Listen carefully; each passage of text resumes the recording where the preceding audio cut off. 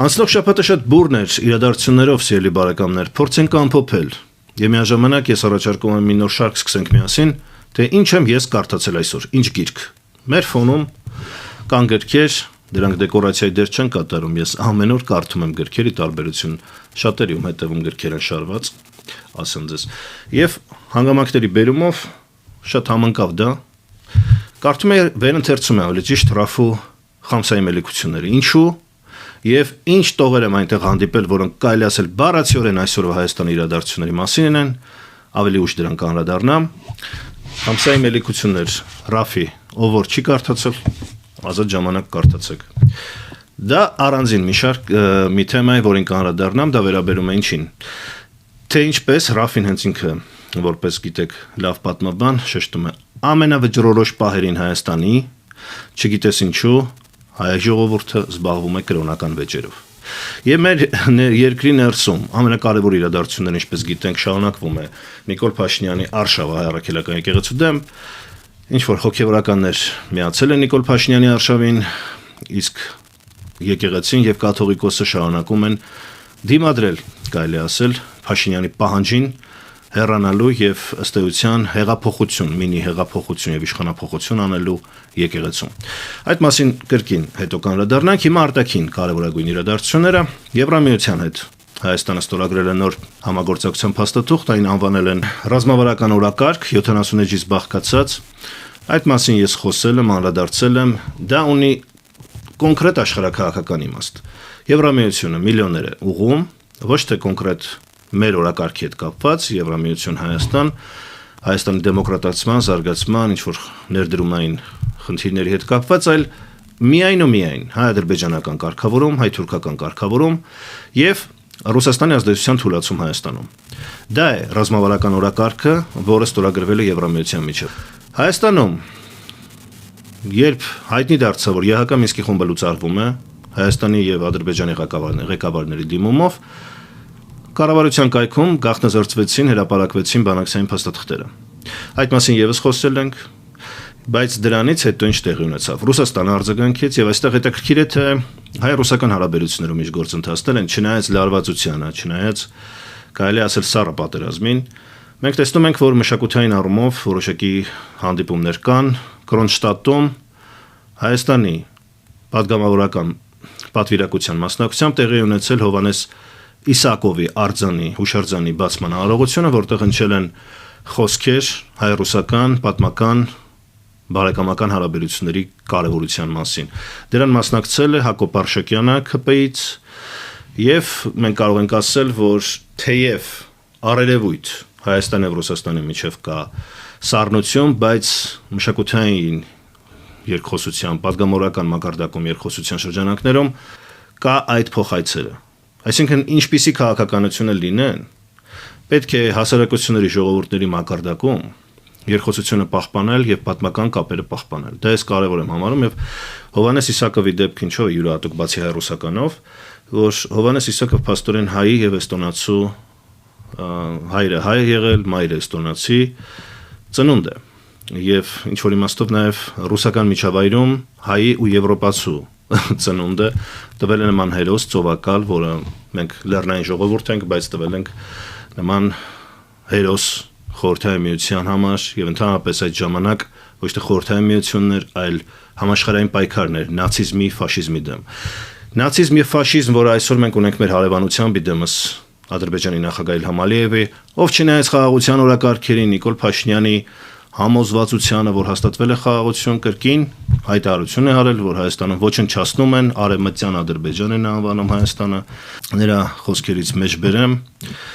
որ այսօր կարևոր է, ասել է Ալիևը, ակտիվացնել ջանքերը ապահովելու Հայաստանից բռնի տեղահանված ադրբեջանցիների վերադարձ։ Ի վերջո վերադարձի իրավունքը մարդու իրավունքների հիմնարար սկզբունքներից մեկն է։ Մարդու իրավունքներից է խոսում Ալիևը։ Եվ ինչ է ասում, ուղիղ մեղադրում Հայաստանին, որ արևմտյան Ադրբեջանում իր խոսքով ադրբեջանցիների հարուստ նյութական եւ ոչ նյութական մշակութային ժառանգությունը ոչնչացվել է։ Եվ պետք է անհրաժեշտ քայլեր ձեռնարկեն, որպեսզի ադրբեջանցիների դեմ կապված, իրանց դեմ կատարված մարդկության դեմ հանցագործությունները որպեսզի դատապարտվեն եւ միջազգային աջակցություն լինի դրան։ Սա կոչվում է խաղաղության օրակարգ Նիկոլ Փաշինյանի եւ սա է այստեղից կարող ենք անդրադառնալ Ռաֆու այն գրքին միտող գիտեք այս վերջը հենց շատ համընկավ ես կարդում էի գնում էի ինչ է պատմում Ռաֆին մելիքությունների մասին եւ սա շատ կարեւոր է գիտեք նաեւ հասկանալու այսօր հայ-ադրբեջանական հարաբերությունները ընդհանրապես դուք ձեզ տվել եք հարց թե ինչու են ադրբեջանցիները մեզ այդպես վերաբերվում ինչու է նրանց համար Շուշին կարեւոր Ղարաբաղը կարեւոր ինչու են նրանք համարում որ սա արևմտյան Ադրբեջանը Տեսեք, ես կարող եմ ինչ-որ ձև մտնել նրանց կաշվի մեջ եւ կարդալով Ռաֆու Խամսյանի մելիքությունները հասկանում ենք։ Ուրեմն, երբ սելջուկները, օղուզները եկան այս տարածաշրջան, Հայաստանը այլևս չուներ պետականություն։ Եվ հայերը թեկուզ իրենց ինքնավարություններով, իշխանություններով տեղական կազմում էին Պարսկական եւ Օսմանյան կայսրության մաս։ Եվ իրենց հենց իդենտիֆիկացրել են պարսիկների եւ թուրքերի հետ, ավելի շատ պարսիկների, Սեֆյան կայսրության, եւ ընկալել են որպես պարսիկների հետ եղբայրություն, մահմեդական լինելով, խաներ հայերի գլխին։ Փանախան գոյություն ունի, որը կառուցել է Շուշիի Բերդը, եւ այդ Բերդի հենց կառուցման իմաստը եղել է հայկական ինքնավար մելիքությունների դեմ պատերազմը։ Երբ կարդում ես Ռաֆու Խամսայի մելիքությունները, հասկանում ես, թե ինչու է նրանց համար Շուշին այդպես սուրբ, որովհետև Շուշվիա Բերդը, որ կառուցել է Փանախանը եւ սկսել լայնամասշտաբ պատերազմ հայ մելիքների դեմ, Արցախի 5 մելիքությունների դեմ, ավանդաբար այնտեղ ձևավորված, նրանց համար դա հենց իրենց փոխանցվել է, չնայած ուղիղ նրանք կապ չունեն, բայց վայրի քոչվոր ցեղեր են եղել, եկել են տեղավորվել հայկական լեռնաշխարհում, այն ժամանակվա Աղվանքում Եվ նշանակվել են խաներ, որովհետև նրանք ունեին զինված ուժեր եւ հնազանդվելով Պարսից շահերին, տեղերում ապահովում էին Պարսից շահերի գերիշխանությունը քրիստոնյաների նկատմամբ եւ ըստ էության շահերի համար իրենց գործը լավ էին անում։ Այստեղից է գալիս նրանք իրենց պատմության մեջ Փանաշահին, այդ Փանա խանին եւ Իբրահիմ խանին, որոնք Ղարաբաղի խաններն էին եւ կառավարում էին խանությունը ճնշելով մելիքներին, մեր ինքնիշխան, որոնց դեմ պատերազմներ են եղել, եւ այդ պատերազմներում հաջողության են հասել ինչպես մասնատելով Մելիք Շահնազար, որը հենց Շուշվում էր, Շուշվա Խաչենի գավառն էր, հաստատվել, ով մորական կողմից Նախիջևանի թուրք էր, Նախիջևանից բերված գերուց ծնված թուրք էր, այսինքն պատկերացրեք, Խաչենի Շուշվա այդ տարածքի մելիքության մելիքը Երբ օգնելով պարսիկներին վտարել տարածաշրջանից Օսմանյան զորքերին, որոնք եկան Պարսկաստանում տեղի ունեցած խժդժություններից հետո, մի գերի է վերցնում Նախիջևանից թուրք աղջկա եւ ամուսնանում է հետո։ Դրանից ծնվում է Մելիք Շահնազարը, ով հետո դավաճանում է Մելիքությանը, հայկականությանը, Շուշի այդ տարածքը տալիս Փանախանին, կառուցում են Բերդ եւ գրոհում են հայ մյուս մելիքների վրա։ Այդ ժամանակաշրջանում Ռաֆին հենց դա է ասում, ես կընթերցեմ այդ հատվածը, սկսվում է նաև կրոնական վեճեր։ Հակաթոռ կաթողիկոսություն է ստեղծվում Արցախում։ Եվ այդ բոլորը իհարկե մահմեդական այդ խաների հովանավորության աջակցությամբ։ Եվ այդ պարակտումը, որ լինում է կրոնական հողի վրա, նաև ռազմական առումով, ի վերջո հանգեցնում է մելիքությունների կործանմանը։ Եվ այստեղ կրկին արտաքին քաղաքական նույն դասավորությունն է, սպասում են մելիքները եւ նաեւ Գանձասարի կաթողիկոսը դիմում են ռուսական օգնությանը, սկզբում Պետրոսի, այնուհետև Եկատերինայի, սպասում են նրանց զորքերին, որպեսզի ի վերջո ապստամբեն եւ անկախանան։ Պետրոսը սկզբից ուշանում է, գնում է Կասպից ծովի տարածքներն է զավթում, բայց շվեդական պատերազմից հետո Ռուսները նորից զբաղված են լինում, հայերը մնում են մենակ։ Ինչպես գիտենք, 44-օրյա պատերազմում էլ նման մի իրավիճակ է։ Ռուսները այնքան են Ուկրաինայում զբաղված, որ ռեսուրս չունեին այստեղի հարցերով զբաղվելու։ Հազիվ մի խաղաղապահ կոնտինգենտ ուղարկեցին, այն էլ ըստ էության ձախողվեց։ Այնուհետև Եկատերինան նույն պատմությունը, բայց ի վերջո ահագին հետո ռուսական զորքերը գալիս են եւ Հայաստան-Արևելյան Հայաստանը փոկվում է Պարսկաստանից եւ ռուսական իշխանությունների աջակցությամբ քրիստոնյաները դառնում են ադրբեջանցիների տեղի մահմեդականների աչքերին արտոնյալ հայերը, ֆավորիտներ։ Եվ ի հակադրություն օրինակ Շուշվաբերդի, Շուշիում կառուցվում է Ղազանչեցոց եկեղեցին, որը կառուցվել է ռուսական կայսրության ժամանակ եւ ռուսական իշխանությունները ցանկանում էին բուֆերային այդ հայերի միջոցով ստեղծել մահմեդական աշխարհից, որտեղ վտանգ կար, այդպես էլ գրում է Ռաֆինի դեպ։ Վտանգ կար Հյուսիսային Կովկասի մահմեդական ժողովուրդների ապստամբության, նրանք հայերի օգնությամբ թե Պարսկաստանից, թե Օսմանյան Թուրքիայից մահմեդական ապստամբության, այդպես թուրքալեզու ժողովուրդների նաև ապստամբության խնդիրը լուծում էին հայերի միջոցով մաքսիմալ խրախուսելով հայերին։ Բայց դա մի կողմ է, դա աշխարհակահական կողմն է հարցի։ Տեսնենք, թե Ռաֆին ինչ է ասում, երբ մենք տեսնում ենք Ադրբեջանի նախագահը հիմա ինչ է ասում, եւ ինչով է զբաղված Նիկոլ Փաշինյանը Հայաստանում։ Զբաղված է կրոնական հարցերով, կաթողիկոսի կուսակրոնությամբ։ Կարդանք Ռաֆու այդ հատվածը։ Որպես միջանկյալ մի պատմություն, մենք հարկավոր ենք համարում մեր ընթերցողներին ծանոթացնել վերև հիշած երկու միմյանց հակառակ կաթողիկոսությունների հետ, որոնցից մեկը գտնվում էր Գանձասարի վանքում, իսկ մյուսը Երիցմանկաց վանքում, որոնք ոչ սակավներգործություն ունեցան Ղարաբաղի հայկական իշխանությունների կործանման վրա։ Մեր պատմության մեջ սակավ չի այն տխուր երևույթների թիվը, որ ամեն անգամ, երբ ծագել է մի որևիցե ազգային կարևոր հարց, ամեն անգամ, երբ հայրենիքը տագնապի մեջ է գտնվել, ամեն անգամ, երբ ժողովրդի բավարարության համար մխիթարական երևույթներ են նշմարվել, մի խոսքով ամեն մի բախտավոր եւ դժբախտ րոպեներում,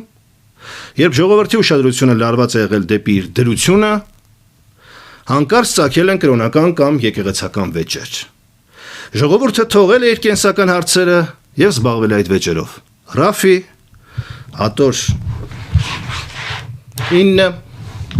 H 474 17-րդ այդ գլխի առաջին պարբերությունն է։ Մեր օրերի մասին է։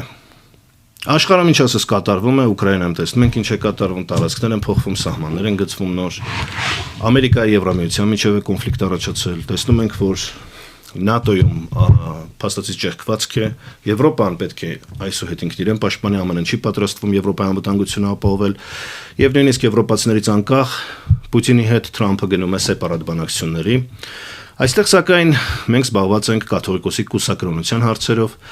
եւ տեսնում ենք, որ թե ինչպես են տարածաշրջանը փորձում բոլորը քաշել իրենց կողմ, քանի դեռ Ռուսաստանը զբաղված է Եվրոպան է փորձում քաշել,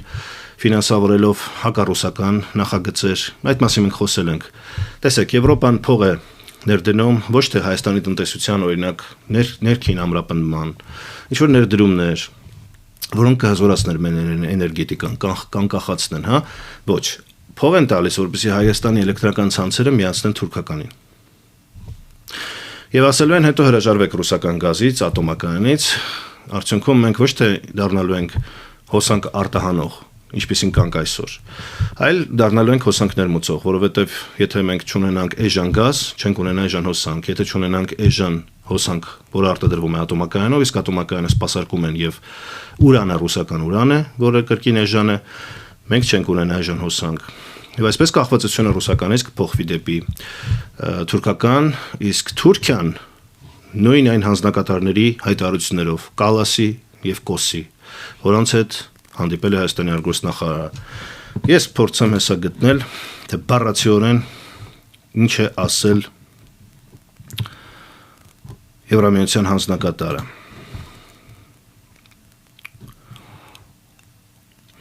Մարտակոսը հավելել է նաեւ Մարտակոսը Եվրամիության ընդլայնման քաղաքականության հանձնակատարն է։ Բառացիորեն մեջբերում եմ։ Թուրքիան հարավային Կովկասի, միջերկրածովյան եւ սերտսովյան տարածաշրջանների կայունության կարևոր գործընկեր է։